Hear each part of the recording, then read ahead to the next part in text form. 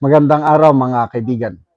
Bigyan natin ng reaction, opinion itong post ng GMA News. Video ito. Panoorin, makikitang nilapitan ng bagong miyembro ng mayorya na si Joel Villanueva, si Senator Marcoleta. So, lumapit, bumulong. Ano kaya yung ibinulong? Tingnan natin ha.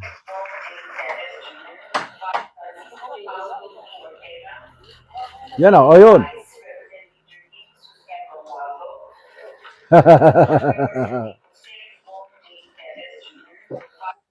Isa pa.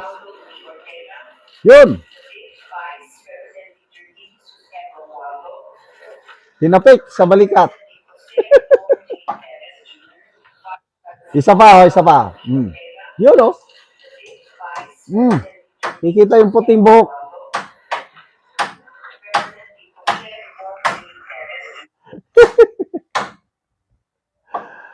Oh, ano sa tingin nyo? Nagpaliwanag, humingi ng sorry, humingi ng suporta, o kinukumbinsi? Basta tayo sa mga comments. Ano muna ko. Tingnan muna natin ang reaksyon ng taong bayan. No? Reaksyon. 6,100 ang nag-react. 3,500 ang tumatawa. Negative ito kay Villanueva. 862 ang galit. Negative din ito kay Villanueva. 115 ang lumuluha. Negative din ito. 1,500 lang ang nag-like. So, anong percentage nito? Nasa 80% sa mga nag-react, hindi maligaya sa ginawang paglipat pakod ni Villanueva. Okay. Basa tayo sa mga comments.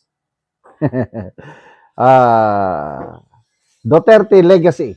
Ano, ganito. Villanueva, para bang bulong. Binabasa ko lang Marcoleta, tumawid bakod ka na. Tignan mo naman ako, mark as safe na sa kaso ko. Imagination na lang ito. Hindi ito ang totoong ibinulong. Marcoleta, sumagot, pero sa langit, hindi ka mark as safe, kapatid. Kasi ang Diyos, nakikita niya ang puso ng bawat tao eh. Not everyone who calls me Lord, Lord, ay makakapasok sa kaharian ng Diyos, sabi ng Panginoon. Depart from me, you evildoers. Sabi niya, Lord, did we not prophesy in your name? Did we not cast out demons? Di ba may simbahan kaming malaki na ikaw ang tinatawag naming Panginoon? Bakit hindi mo ako papasukin? Sagot ng Panginoon, malis kayo sa aking harapan, mga evil doers. Ang mga sumusunod lang sa kalooban ng aking ama ang kilala ko. So, pinayuhan siya ng kanyang ama, anak, sundin mo lang ang konsensya mo para sa kaluwalhatian ng Diyos. Kung ano ang kalooban ng Diyos, dapat yun ang sundin mo. Ngayon, nagdesisyon na. Lumipat kampo. Yan. Kalooban ng Diyos yan. So, wala na tayong magawa eh. Sinunod niya ang kanyang konsensya. Bumulong. Ano yan? Ay, nako. Chatin, abito na. Si Judas, bumulong. Gistone Reyes, pasensya ka na sir, makukulong kami ng tatay ko kung di ko to gagawin. Binabasa ko lang Roxanne Lau, ang lungkot ni Joel, mabigat ba ang feeling ng nagtaksil? Leo Manyo, Hudyo, mga takot humawak ng bakal. Ano ba yung bakal? Bene Benedicto, sumama si Joel sa kabila para ma-report niya ang mga plano kina Senator Alan. So parang ispya, hindi naman. Julian, pre, tanggapin mo na din yung maleta. James Paul, sabay nawala na yung kaso nung lumipat. Ano pa? Kino, okay lang yan pre. Strategy ba para di makasuhan? Pero sa impeachment, sa butuhan, no yan. Joel Villanueva, tumanggap na ako ng blank. Sabi Jojo Habilio, malungkot eh.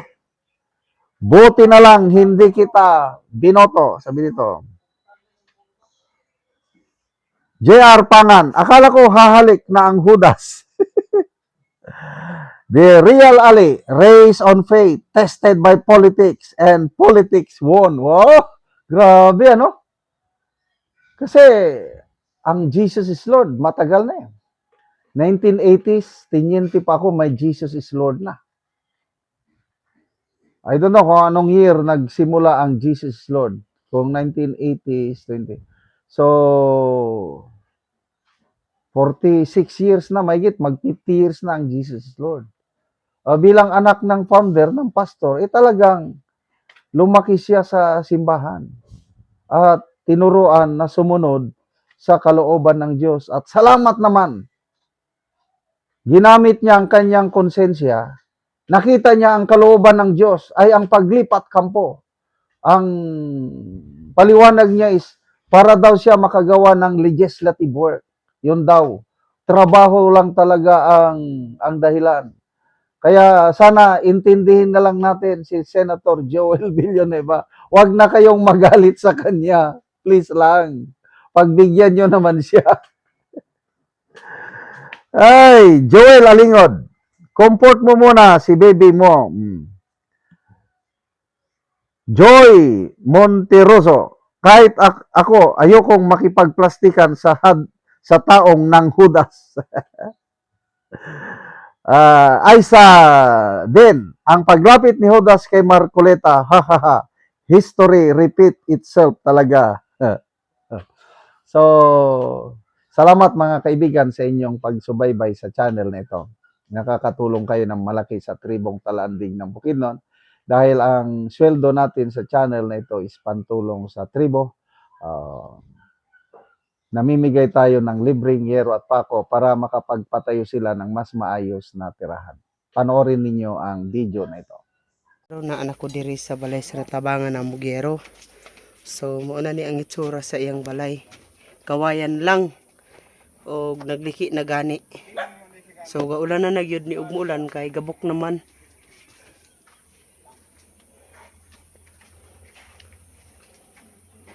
So nagpatindog siya og iyang bag-ong balay. Kay gaulan na naman gud ni ang iyang gipuy-an. So mo ni iyang gipuy-an. So atong tan-awon ang bag-o niyang balay. So mao na ni ang yero nga among gihatag. Kaya ilang iatop karon sa ilang bag-ong balay. So mao na ni ang pag-aatupan nga ilang gipatindog nga ilang balay.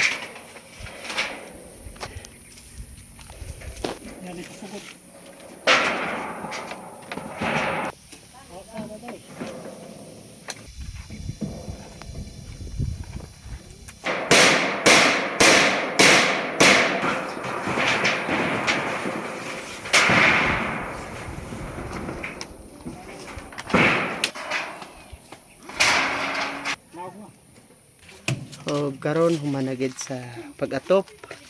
So naatupan nagyod ang ilang bag-ong balay.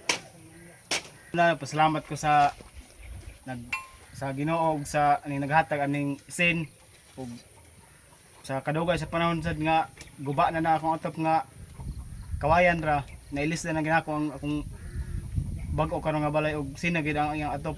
Salamat kaayo. So pila na ni ka tuig ang imong atop nga kawayan lang? Tulo na siya ka tuig. Tulo na ka tuig. Dako kayo pasalamat karon nga niabot ning sin nga gihatag sa amo Mabag-o na gid akong balay karon. So pila ni kabulan ang imong ipatindog nga bag-ong balay? Pila na ni kabulan nga wala nimo naatupan? Kuan na ni mag-upat na ni karong Pitsa 5 sa Mayo.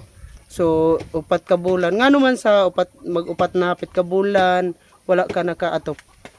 Tungod sa mo lagi ning na inadlawan igo ra pud sa pagkaon. Mm. Hindi Tungod na mamajitan ang para sa pang-atop. mm. So lisod gyud. Lisod kayo kayong panginabuhi karon. So salamat kayo. Dako kay kong pasalamat